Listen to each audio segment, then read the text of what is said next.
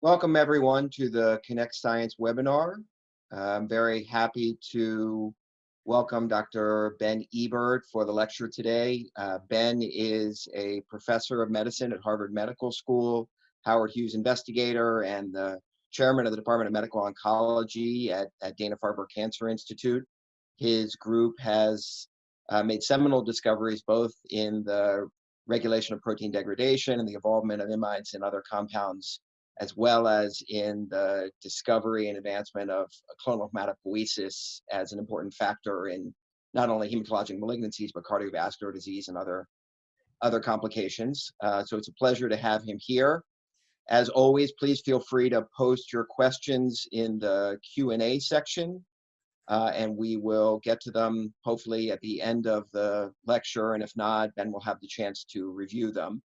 On Monday, we're very fortunate to have Todd Golub from the Broad Institute and Dana Farber, and then on Tuesday, Carl June from the University of Pennsylvania discussing CAR T cells.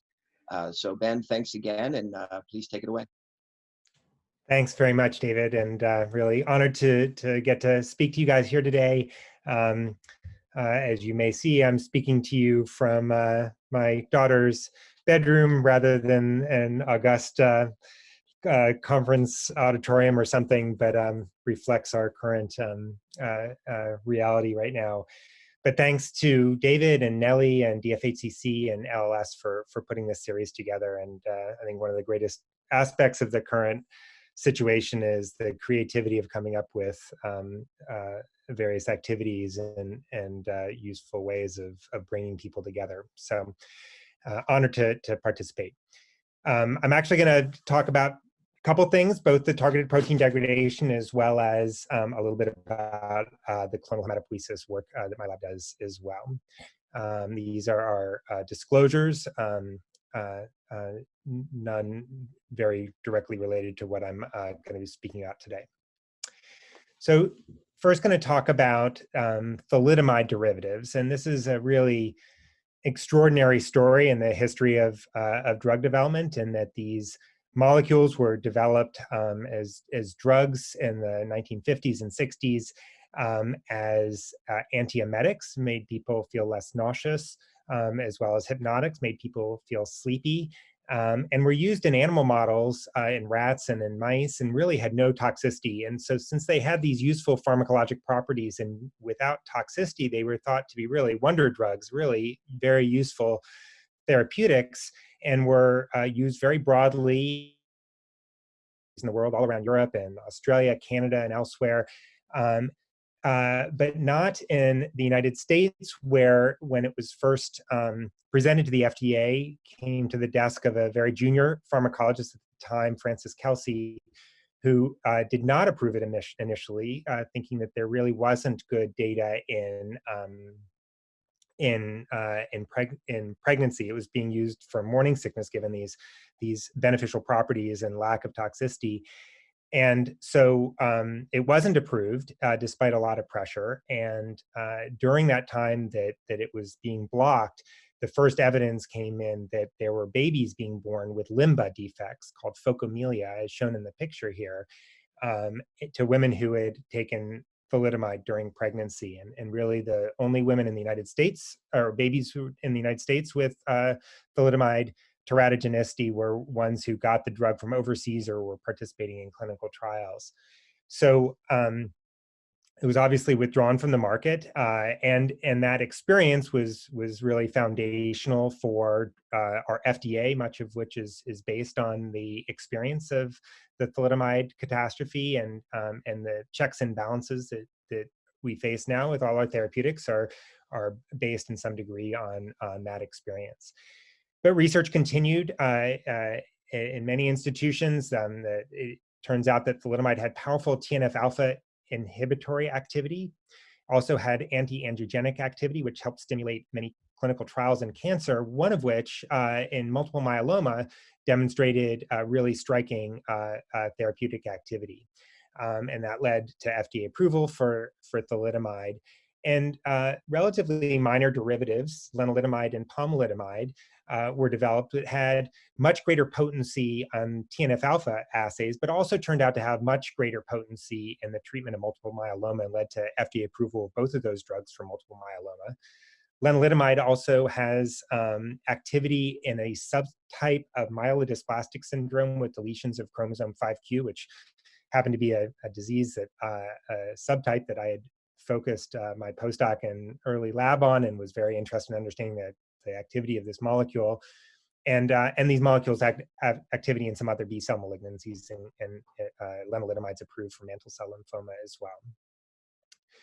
So one of the first clues, so again, striking that all of these activities were uncovered without a fundamental understanding of the mechanism of action of the drugs. And though we like to think about cancer drug discovery as first understand the target, make sure it's a good target in cancer, do drug screens, find molecules that will be potent therapeutics, and develop them into drugs. But this is a backward story where we had excellent clinical activity for the drugs without a mechanism of action.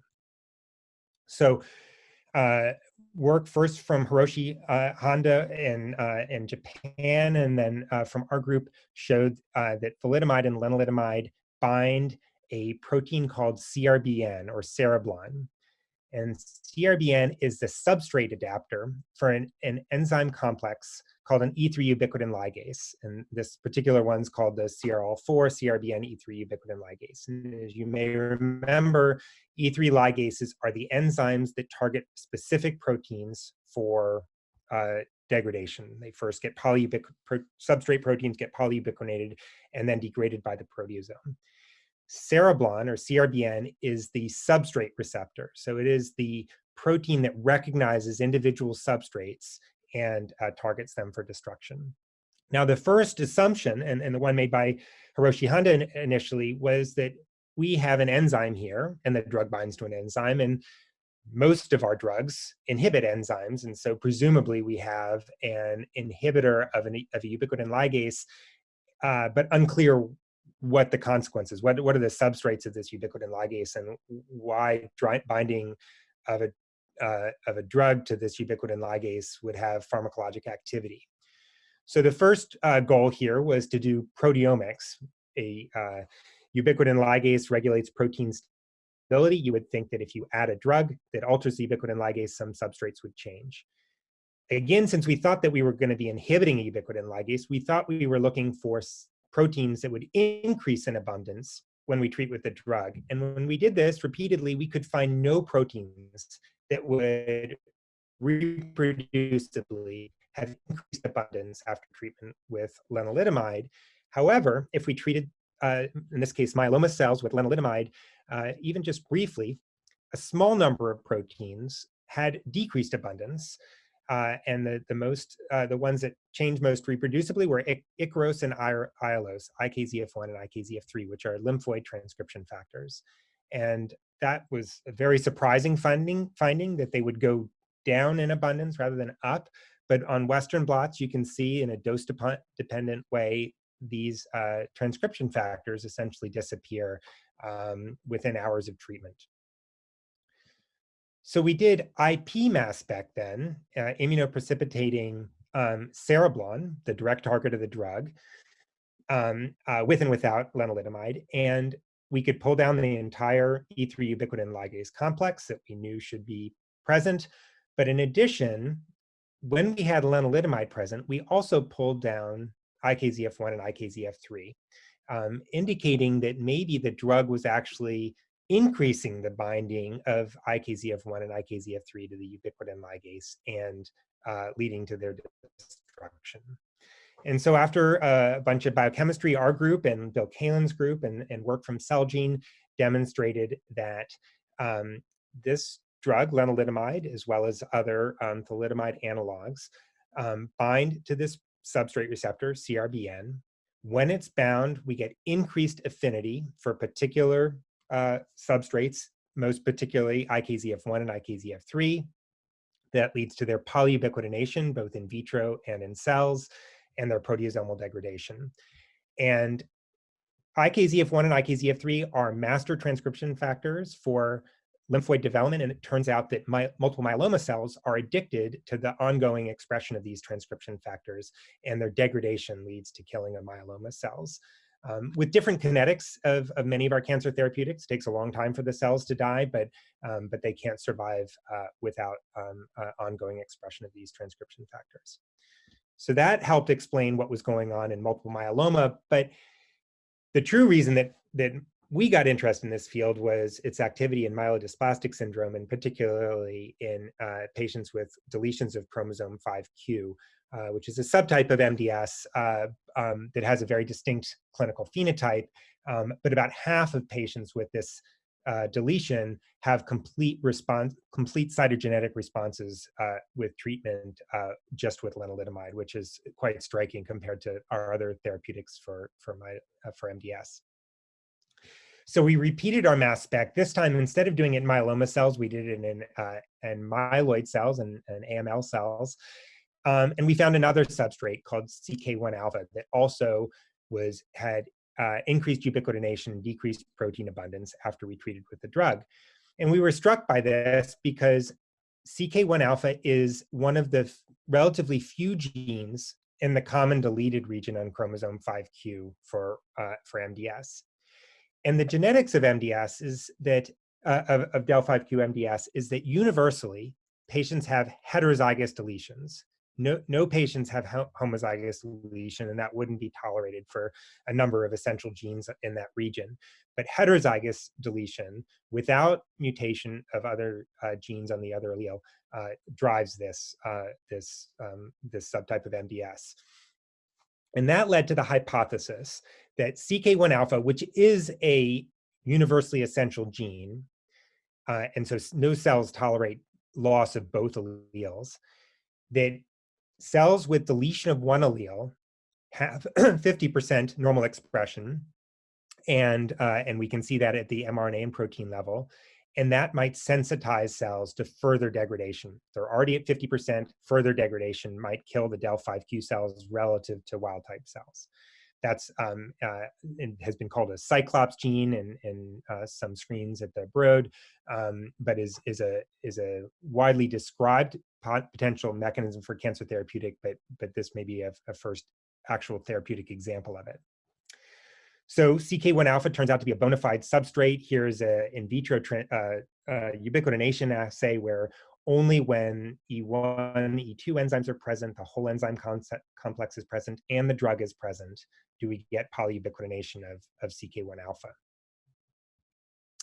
Now, we really thought we had this figured out, and we made a CK1 alpha conditional knockout mouse and characterized it, and we tried to do what we thought would be the final key experiment in the paper, which is to make cells with heterozygous deletion of CK1 alpha and see that they are sensitive to the drug, whereas relative to wild type cells. We set up the big experiment, and unfortunately, it had absolutely no effect. We saw no toxicity of the drug, no efficacy of the drug, and we were temporarily highly disappointed. But then we went back and did a key experiment that we should have done but hadn't thought to do initially, which is to see, does the drug work in mouse cells? In general, we transition back between mouse and human quite readily in the lab, and don't think about it too much or express mouse or human cDNAs for genes all the time, but we hadn't thought about it as carefully. But when we took mouse leukemia cells, BAF3 cells, and treated with increasing doses of lenalidomide, we saw no effect at all on CK1 alpha levels, unlike what we see in human cells. Furthermore, what we hadn't done as carefully as we should, and now people can do during the lockdown, is that we did a deeper literature review than we had done in the past, and we couldn't find really clear evidence that these drugs were having efficacy or clear toxicity in murine models. And furthermore, historically realizing that thalidomide had in fact been tested in rodent models without toxicity in the 1950s. So now we know the direct target of the drug is CRBN, and we can take these mouse leukemia cells, treat them with lenalidomide, and nothing happens. Overexpress the mouse CRBN, the direct target of the drug, nothing happens. But if we express the human CRBN in mouse cells, treat with lenalidomide, we get nice dose-dependent degradation of CK1 alpha. And by systematically mutating the amino acids that are different between human and mouse cereblon, we could identify a single amino acid, I391V, that if you change the mouse residue to the human residue in the mouse cDNA, you can, and then express that in a mouse cell, you get beautiful activity of the drug. So arguing that a single amino acid difference between mouse and human is sufficient to explain the difference in degradation of this substrate and potentially altering the preclinical studies with the drug and evaluation of toxicity. Now that seemed a pretty amazing finding because isoleucine to valine is just a methyl group difference. And we actually knew that the drug bound both mouse and human cereblon, but the substrates bind right here where the drug is, and the murine amino acid creates a stable steric bump right where the substrate binds and prevents the binding of substrates and prevents substrate degradation. So that small difference in structure in the mouse cDNA is sufficient to block degradation of substrate presence of lenalidomide. So we've now made a mouse that knocks this one amino acid into the germline of the mouse, and it works beautifully. These are proteomic experiments done in c-KIT positive cells, so myeloid stem and progenitor cells. Lenalidomide, nothing in wild type mice is significant in c-KIT positive. The homozygous knock-in mice and treat with lenalidomide. Our friends CK1 alpha and IKZF1 pop up. c-KIT positive cells don't express IKZF3, so we don't detect that.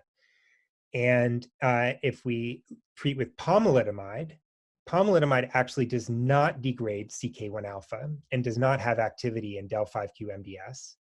But IKZF1 is very nicely depleted, as is one other protein, ZFP91, which we had also identified as a substrate of a drug-dependent substrate of this ubiquitin ligase.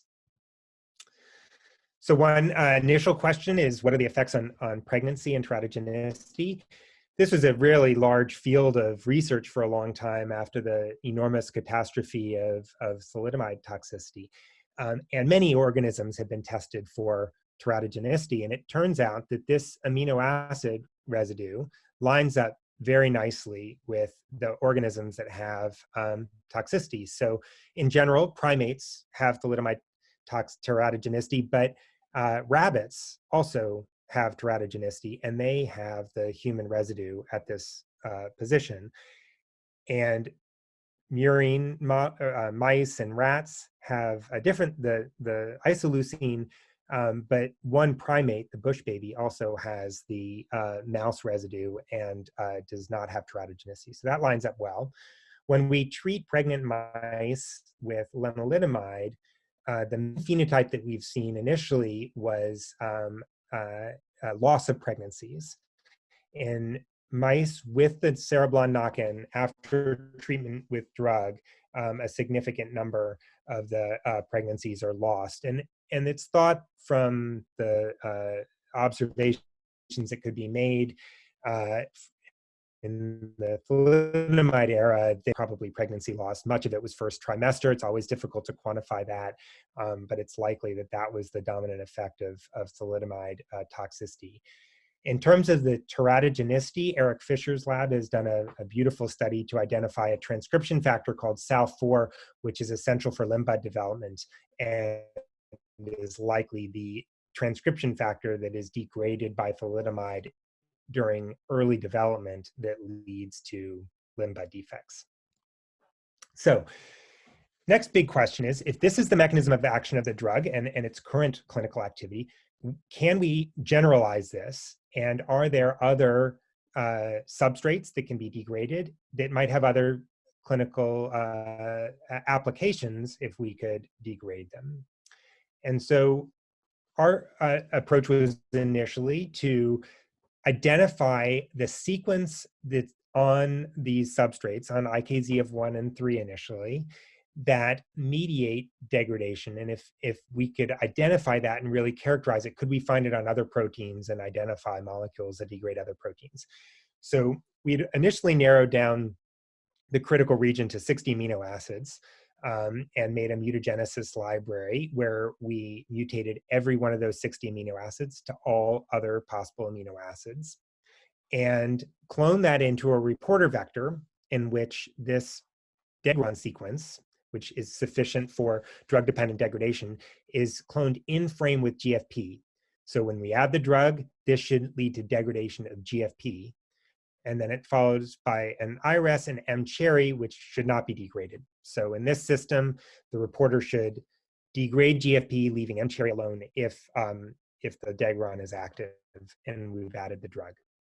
So we did this with a saturation mutagenesis library, and we could identify amino acids that had decreased abundance when we, or that prevented degradation when we treated with the drug. And the amino acids that were critical for thalidomide and lenalidomide and pomalidomide turned out to all be the same. And they all turned out to be in, or almost all turned out to be in a single C2H2 zinc finger. And the only residues that scored outside of that were structural residues in the adjacent zinc fingers, 2 cysteines in the C2H2 zinc finger, and the 1 histidine in the N-terminal zinc finger. But within this 1 zinc finger, the structural amino acids, the 2 cysteines and histidines scored, as did a number of other amino acids that likely mediated some of the specificity of this particular zinc finger for degradation. So is this single zinc finger enough? We took initially the entire ialose, IKZF3, cloned it into this reporter vector, and we treat with lenalidomide and pomalidomide. It's degraded beautifully, almost complete degradation of the reporter after a brief treatment with lenalidomide or pomalidomide. If we knock out cereblon, the direct target of the drug, no degradation at all. You need cereblon for degradation. If you knock out just zinc finger 2, you also get no degradation. So that 1 zinc finger is necessary for drug-dependent degradation. If we clone that single zinc finger in by itself, we get nice drug-dependent degradation. If we mutate that zinc finger or we knock out cereblon, we get no degradation. So 1 zinc finger is necessary and sufficient for drug-dependent degradation. In Basel, Switzerland, they identified solved a crystal structure for pomalidomide bound to the IKZF1 zinc finger along with cereblon. And you can see that this drug truly acts as a molecular glue and that it makes contact directly with the zinc finger and directly with cereblon. And at the same time, there are protein-protein interactions between IKZF1 and cereblon, creating a sandwich for the drug that is very stable. That ternary complex is much more stable than it would be, obviously, without the drug. And we can start to identify some of the contacts that are made that may be informative for optimizing molecules. Here's an example of glutamine 146 on the zinc finger of IKZF1. And that was one of the amino acid residues that scored as being critical for drug-dependent degradation. And you can see that glutamine makes a water-mediated hydrogen bond with this amine, which is present in lenalidomide and pomalidomide, but actually not present in thalidomide. And it turns out that when we mutate that glutamine, the activity of the potency of lenalidomide and pomalidomide become similar to thalidomide, indicating that 1 extra bond may mediate the really powerful increase in potency of lenalidomide and pomalidomide compared to thalidomide. So can we target other zinc fingers in the genome? The zinc finger proteins are the largest class of putative transcription factors in the human genome. And maybe we could, and many of them are relevant for human disease, maybe we could induce degradation of other zinc finger proteins that would be useful to degrade or inhibit for treatment of various diseases, including cancer.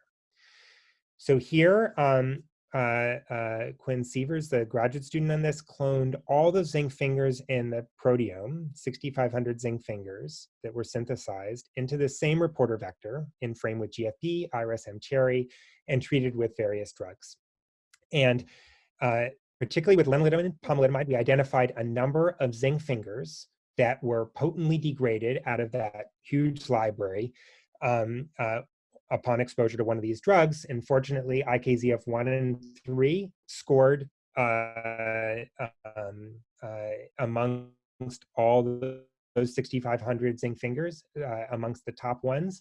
But a number of other zinc finger proteins scored as well, including ZFP91, which showed up on an earlier mass spec assay, indicating that there are other zinc fingers in the proteome that can be degraded by these small molecules. And as we've extended the types of molecules that we've used, other thalidomide derivatives, the set of zinc fingers that are degraded continues to change. And so zinc fingers that are degraded by one molecule may not be degraded by another. And we can start to develop that library of potentially degradable zinc fingers. A few of them have antibodies already, like ZFP91, ZNF692, ZNF276, and you can see that either with lenalidomide or pomalidomide, we get nice depletion of those transcription factors. Very little is known about them, so we now have an unusual situation where we have drugs against transcription factors that can be very potent, but very little understanding about what those transcription factors do in normal physiology and where they might be useful therapeutically, but that's an area of very active investigation. One of the questions then is, for any individual molecule, what are the substrate specificities? So for this, Adam Sperling in the lab developed a targeted mass spec assay called an immuno-MRM assay with the Broad Proteomics group. And this assay is like a quantitative Western blot for a set of proteins and enables us in higher throughput to look at many different drugs, many different concentrations, different cell types, and many different proteins at the same time.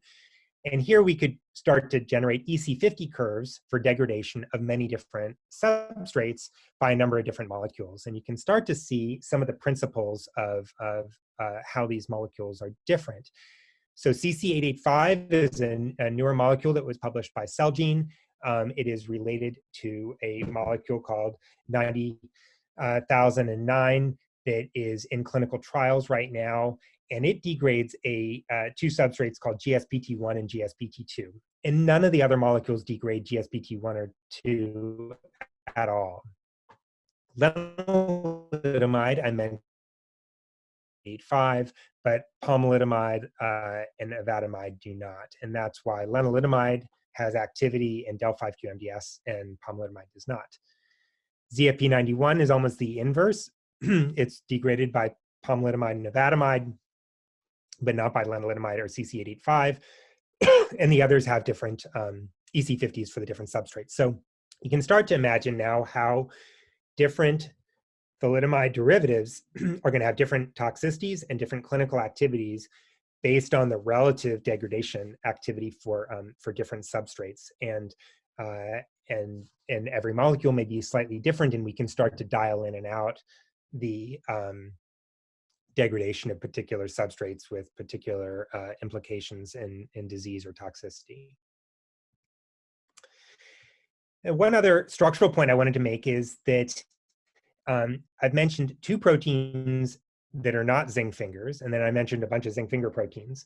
And with crystal structures now for multiple different substrates, many of them by Eric Fisher and Nico Tomei, and others by Celgene, that IKZF1 forms this zinc finger that I showed earlier, but CK1 alpha and GSPT1 also form a beta-beta loop that structurally looks very similar to a zinc finger and fits into the binding pocket interacting with the thalidomide derivatives in very much the same way. And so while some of the substrates are zinc finger proteins and others are not, they all share the same structural feature of a beta-beta loop with a glycine at the tip of the loop that is essential for drug-dependent degradation by these thalidomide derivatives.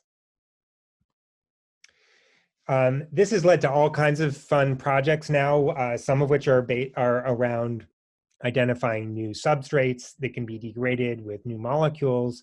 But one of the other things that we've been playing with is, now that we know a very small degron that can mediate degradation of a protein, can we stick it on other proteins and use that in synthetic biology applications? And one of the ones that we've played with initially is CAR T cells. So here's a CAR construct, T cells, that has a degron appended to it with that it can mediate drug-dependent degradation. As you may know, CAR T cells are phenomenally powerful and exciting new area of therapeutics, but they are live drugs and they can expand and have activity that are somewhat out of our control. And if we could have a molecule that regulates its activity, then it could potentially mitigate some of the toxicity. So could we degrade this CAR construct with a degron? By sticking this degron on when we add the drug, the ubiquitin ligase binds, ubiquitinates, and degrades. So this actually works quite nicely. First, in addition to using the IKZF3 degron, we developed a super degron in which by mutating the zinc finger construct, we could identify a zinc finger that doesn't exist in the human genome, but that acts as an even more potent degron. So at even lower concentrations of drug, you get better degradation. And you can see that with the super degron, we get really good degradation of the CAR construct from the surface of a cell. That's even better than the IKZF3 degron and compared to untreated. And here we can see that based on IL-2 release from T cells, that we can inhibit the activity of the CAR with lenalidomide, with the super degron or the regular degron. So these are actually able to remove a CAR construct from the surface of a T cell and regulate its activity. So I was gonna just go this far on the drug dependent degradation story, and then use the second half of this hour to tell you a second story that we've been excited about over the last few years. So as David mentioned at the introduction, we've been very interested in this phenomenon of clonal hematopoiesis. And this in some ways comes from the finding of the sequencing studies in cancer in general over the past decade or decade and a half, which have really revealed that cancers are very complex genetically and are evolve through the sequential acquisition of somatic mutations, and that full-blown malignancies have multiple mutations, multiple somatic driver mutations that lead to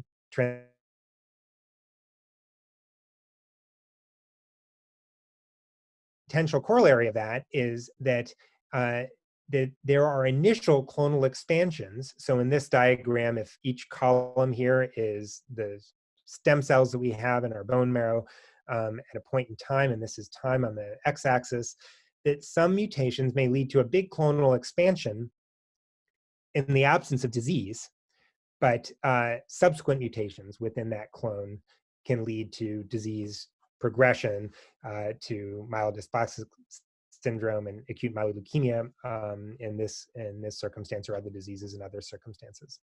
So can we identify clonal expansions of cells in otherwise healthy people who don't have cancer. And that's a little bit harder question to ask than sequencing cancer samples, because people come to the hospital with cancer and we get biopsies of their tumor and we sequence them and understand their genetics. People don't come to the hospital with asymptomatic premalignant lesions and ask to be sequenced. In the blood system, we have an enormous scientific or research advantage in that, or actually first, I just wanted to do one quick mathematical argument for these clones being present. And that is that through a variety of sequencing studies over the recent years, we've got a better estimate of our number of stem cells and our mutation rate. First piece of evidence comes from a study at WashU from Tim Lay's group, where they sequenced individual stem cells from individuals from at different ages. And they were looking just for the mutations in the exome, coding mutations. And they found that every 10 years or so, we get about one exonic mutation in each individual stem cell. So about one exonic mutation per decade per stem cell. Now, the number of stem cells has been a matter of debate for many years. And one recent estimate comes from the Sanger Center from Peter Campbell's group, where they sequenced a large number of individual stem cells at the genome level from one individual, and we're able to use all the passenger mutations to identify the number of true HSCs that we have in our bone marrow, and came up with a number of about 50 to 200,000 stem cells per person. Now, with those numbers, it would argue that we get on the order of 25 to 100 mutations per gene by the age of 70. So that really, really changes at least how I think about the development of mutations. I used to think, well, you'd have to be unlucky to get a tumor suppressor or oncogene mutation in a stem cell that might lead to cancer. But in fact, every one of our tumor suppressors is going to be mutated over and over again in all of our oncogenes. And so we're all going to be getting these oncogenic mutations in our stem cells. And it just becomes a question of, does that mutation lead to a clone, evade the immune system, not lead to killing of the cells by oncogene-induced senescence or other mechanisms, and have the right properties to lead to an initial clonal expansion. But the initial mutagenesis in the background is happening in all of us with age. So the huge experimental benefit that we have in studying blood disorders, that in particular myeloid disorders that circulate, is that the sequencing that's done for germline predisposition to disease is almost universally done on blood cells. And so there's been an enormous amount of sequencing of peripheral blood that's been done for other purposes, which has given us an enormous amount of data to look for mutations. And our first foray into this was looking at the exomes that had been sequenced by a few years ago at the Broad Institute for the study of germline predisposition to various diseases, unselected for hematologic phenotype, but from 17,000 individuals, which at the time seemed like an enormous number. Now the numbers have really skyrocketed. But they were unselected for hematologic phenotype, and we could look particularly for the mutations that we know to be present in the in hematologic malignancies, in blood cancers. And we can see that in young individuals, they're almost never present, but in with age, there's a dramatic increase such that by the age of 70, at least 10% of everybody has one of the mutations that we see in blood cancers that's present in their peripheral blood. On average, these are comprising 20% of all the circulating blood cells. So these are not small clones. That's the average clone size from this study. The mutations that we found were almost universally myeloid mutation genes. So they are genes that we see mutated in myelodysplastic syndrome and acute myeloid leukemia, which are highly fatal diseases, but that are present in a huge number of individuals who don't have MDS or AML. The genes that are mutated are led off by epigenetic regulators like DNMT3A, TET2, and ASXL1. They're not led by some other genes like RAS, which we almost never see. There are a lot of P53 mutations, even though P53 is associated with a horrible prognosis. And there are mutations in JAK2 and SF3B1 which occur at particular codons, indicating that those mutations in those particular codons are probably the most powerfully selected specific nucleotide changes in our genome for clonal expansion, since only those particular mutations can lead to clonal expansion, whereas DNMT3 and TET2 are very large genes with loss of function mutations that cause clonal expansions. There are thousands of mutations that lead to clonal dominance in each of these genes, whereas only a tiny number for these genes. Unlike what we see when we sequence MDS or AML, the vast majority of individuals only had one mutation, indicating that this really is a pre-malignant state, a simpler state than a full myeloid malignancy or cancer. And again, as expected, if the first mutation is present, leading to clonal expansion, that increases the risk of subsequent clonal evolution and the development of hematologic malignancy. And most of these studies have shown about a 10-fold increased risk of a blood cancer in those individuals who have a clone present, who have clonal hematopoiesis. There's more information now from a number of groups on which clones are most dangerous. Some mutations, including P53, increase the risk. Larger clones and multiple mutations increase the risk. So some individuals may have a more than 100-fold increased risk of getting a blood cancer. However, without a way of treating those individuals who are at high risk, we don't have a great rationale yet for screening at the population level, but that is research to try to understand whether there are any ways that therapeutically we could decrease the likelihood of progression. One of the great aspects of this field has been the convergence of many labs and investigators from many backgrounds, taking different computational approaches, all leading to the same findings. And these are figures from a study from Steve McCarroll's lab, but a number of other groups have had highly concordant results. Same genes are mutated, same age dependence, same association with hematologic malignancies.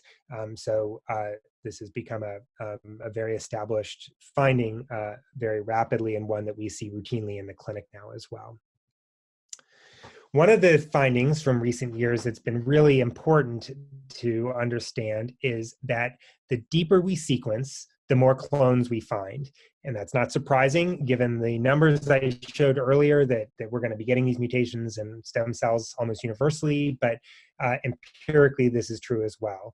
So at the most sensitive level with error-corrected sequencing, where we can detect 1 in 10,000 cells with a mutation, almost everybody, we can detect a mutation in almost everybody with age, particularly in DNMT3A and TET2. With targeted sequencing that we do routinely now for all of our blood cancer patients in the clinic at the Dana Farber and Brigham, we would detect a huge percentage of people would have detectable clones with age, but less than with error-corrected sequencing.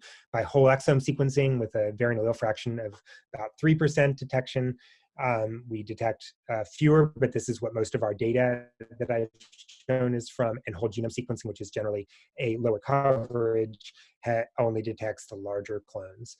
So when we try to talk about the prevalence of clonal hematopoiesis, it really depends on how deep we sequence. We get a completely different answer with different depths of sequencing.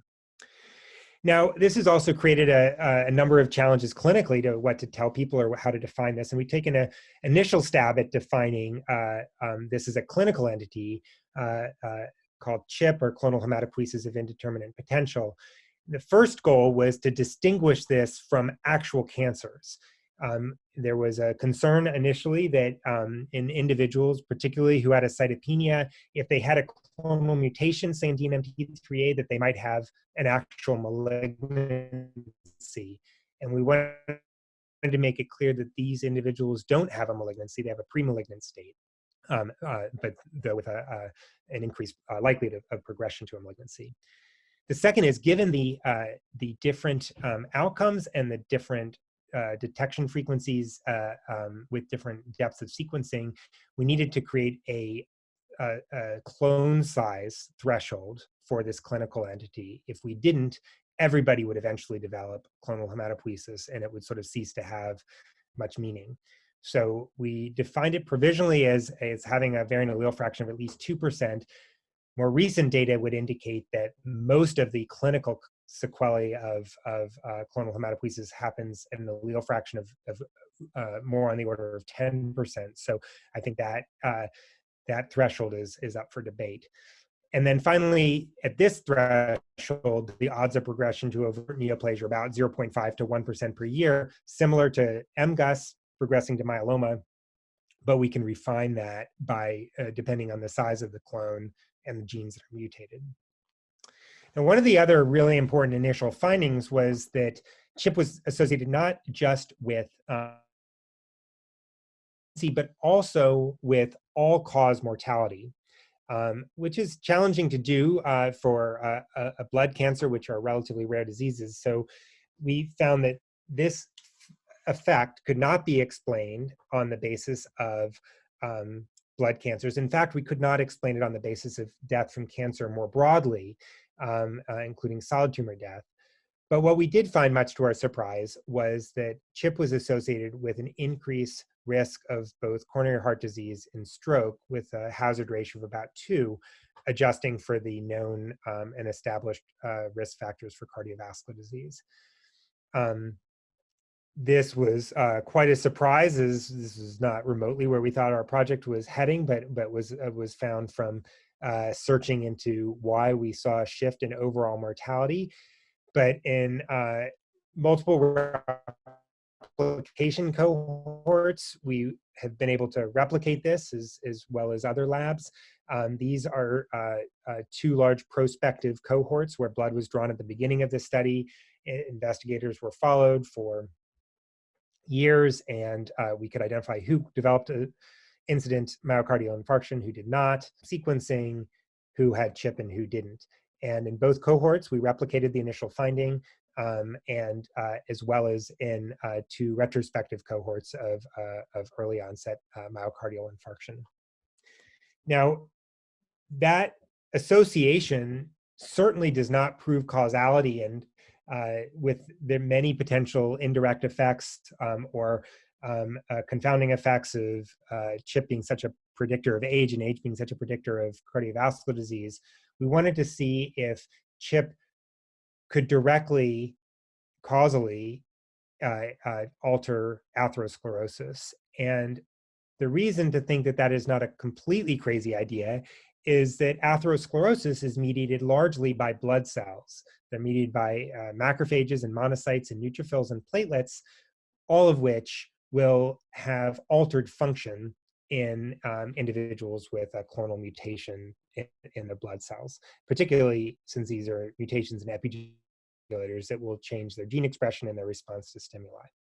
So we used this murine model in which we took mice that are prone to cardiovascular disease by knockout of LDL receptor, and the experimentally manipulated one factor, which is the genotype of the blood cells. So we transplanted in either TET2 knockout cells or control cells into these LDL receptor knockout mice, fed them a high-fat diet, and looked at the development of atherosclerosis.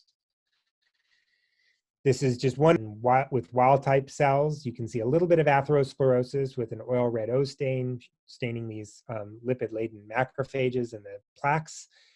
With TET2 heterozygous or homozygous knockout, there is more extensive atherosclerosis, and we found this to be true in the aortic root and with multiple genotypes and at multiple time points. And there's a robust finding in a number of laboratories now.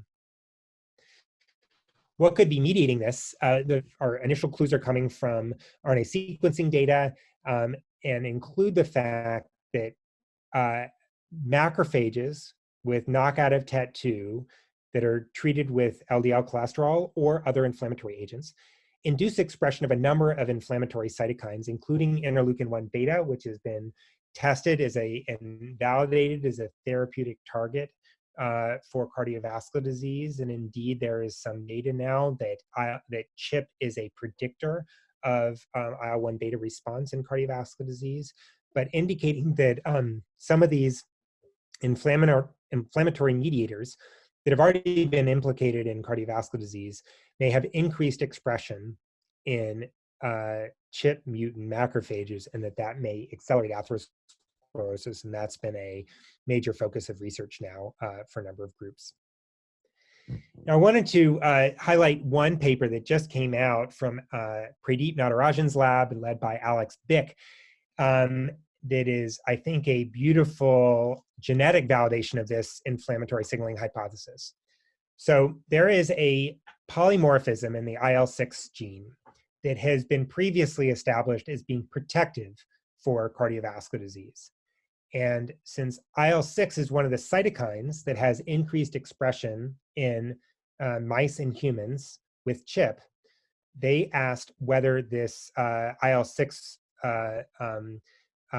receptor polymorphism might have an influence in interaction with CHIP. So they first took the UK Biobank, about 34,000 exomes from the UK Biobank, looked at DNMT3A and TET2 mutations in CHIP, and they were able to validate the initial observation that individuals with CHIP have a higher risk, higher rate of cardiovascular events. These are all incident cardiovascular events compared to individuals without CHIP. And similar to what we had found, the risk was entirely due to those individuals with large clones, with the variant allele fraction of greater than 0.1 or 10%. And those with small clones had minimal risk. So this effect was really driven by the large clones, and that intuitively makes sense. If you have a lot of the blood cells with a mutation, that has a much greater effect than if only a tiny fraction of the blood cells bear the clonal mutation. Now, the incredible result was that in individuals without CHIP, this IL-6 receptor polymorphism actually had no effect. So it's a well-validated polymorphism that's protective for cardiovascular disease, but in the absence of CHIP, it is not a protective polymorphism. However, in individuals with CHIP, the IL-6 receptor polymorphism dramatically decreases the risk of cardiovascular events and returns the risk of cardiovascular events almost to baseline of what an individual would have without CHIP.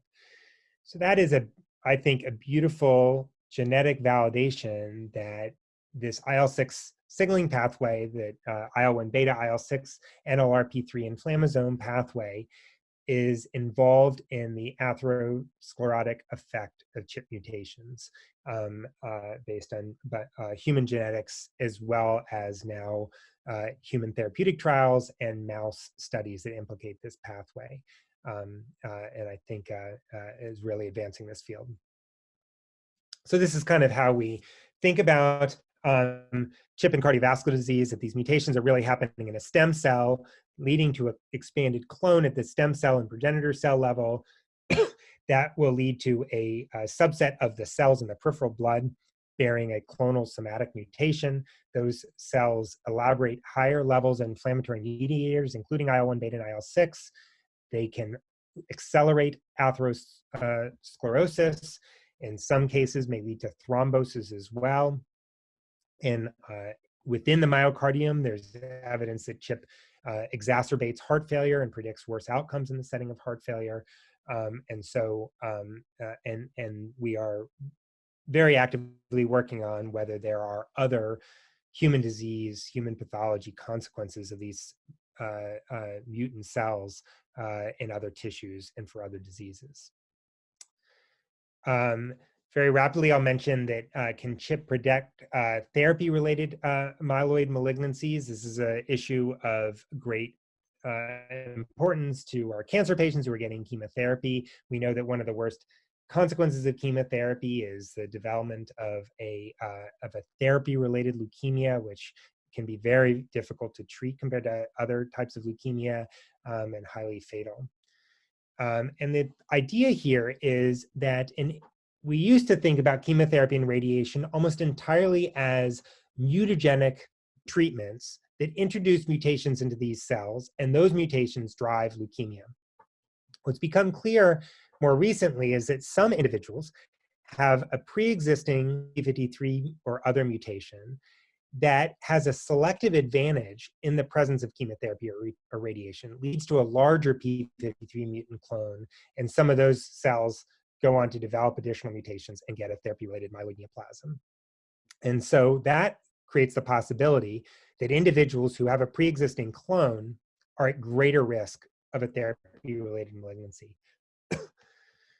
Chris Gibson in the lab asked this question in the setting of lymphoma patients who'd already received their chemotherapy but were getting an autologous stem cell transplant.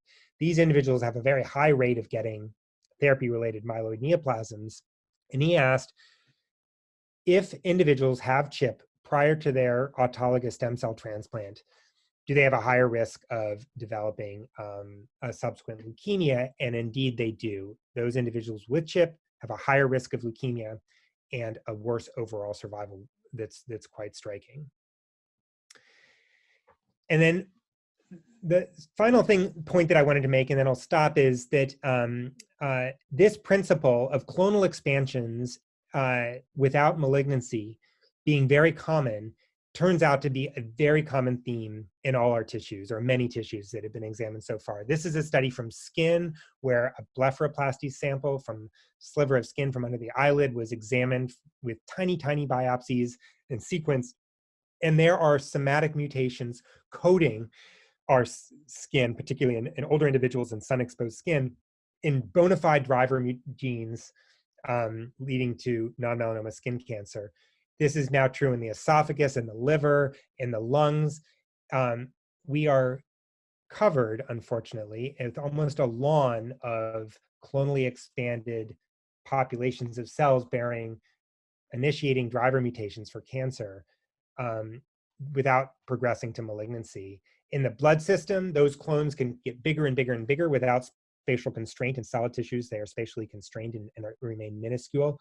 But this principle of the earliest stages in cancer development being very common is very rapidly becoming clear.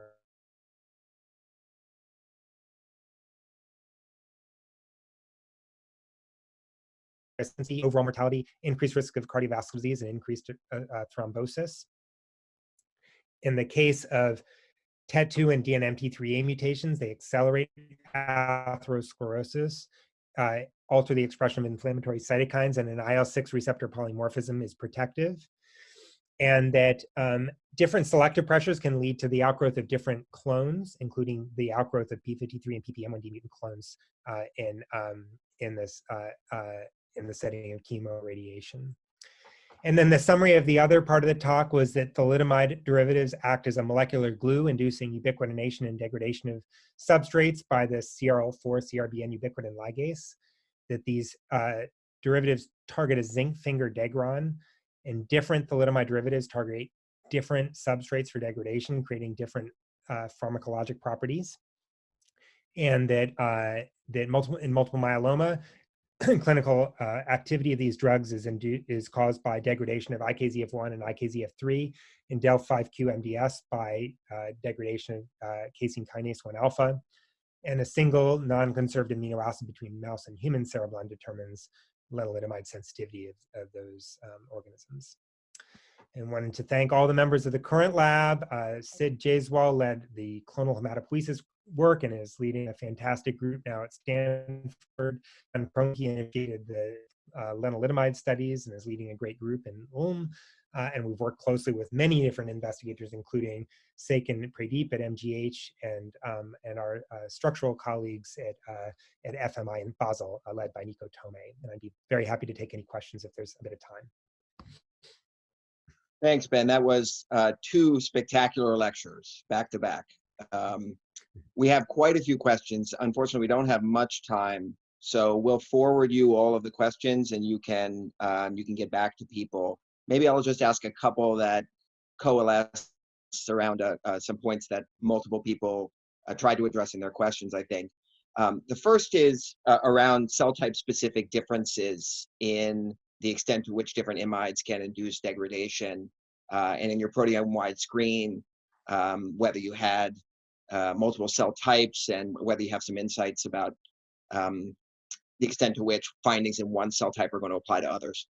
That's a fantastic question, and absolutely is true. There are substrates that are present in some cells and not in others, and you would not find them unless you did proteomics in different cell types. So we and others have been doing lots of proteomics and lots of cell types to find new substrates, and that's a bit of an expensive proposition, but exactly to this point, what is needed to identify the full suite of substrates. Screens, like I mentioned, of all the zinc fingers is one way out of that, because we forcibly overexpress all of those zinc fingers in a cell line and then see if they're degraded. So those types of screens get out of the cell type specificity a bit. And then the other part of cell type specificity is the ubiquitin ligase itself, but at least in the case of the CRL4, CRB, and ubiquitin ligase, that's broadly expressed, and we haven't seen cells that are that don't express cereblon or don't respond to the drugs at all. Okay, and then a question about what's known about the non-coding genome in CHIP beyond, say, loss of the Y chromosome. That is a great question, and we know very, very little on that front. There are a lot of genomes that are out there now, including TopMed, which is 100,000 genomes. So people can start to look for that. All the challenges of finding non-coding mutations in cancer in general apply, but we don't know. We don't have a set of mutations that are recurrent non-coding mutations in CHIP or myeloid malignancies more broadly. But that's a great question. And then maybe the last question also about CHIP. I guess now that people are starting to collect banks of longitudinal samples, some patients have very stable variant allele frequencies, others have growing, some even go down. Any sense of why that might be, and especially to put a few questions together, whether there are known interactions with the immune system between CHIP clones and responding immune effectors? All fantastic questions. I don't think we have definitive answers to those yet. The one example of why a clone can grow would be exposure to chemotherapy or radiation, which is an extremely powerful selective pressure for particular clones like p53, ppm1D mutant clones. There is some growing evidence may offer a selective pressure for some particular mutations, like Jennifer Trowbridge has shown for DNMT3A mutations that an older bone marrow microenvironment may provide a better selective pressure for certain mutations than a young bone marrow microenvironment. So that may be a factor. So inflammatory cytokines. Immune selection has not been definitively shown. We actually have some negative data along those lines, but no positive data that there are selective pressures by T cells. But that is definitely a strong hypothesis, as well as a potential mechanism of selection. Okay, well, thank you again just for a fantastic lecture. I welcome everyone back on Monday, when actually Ben's postdoctoral mentor, Todd Golub, will be speaking. And until then, I hope everyone stays safe, and thank you for joining. Thank you.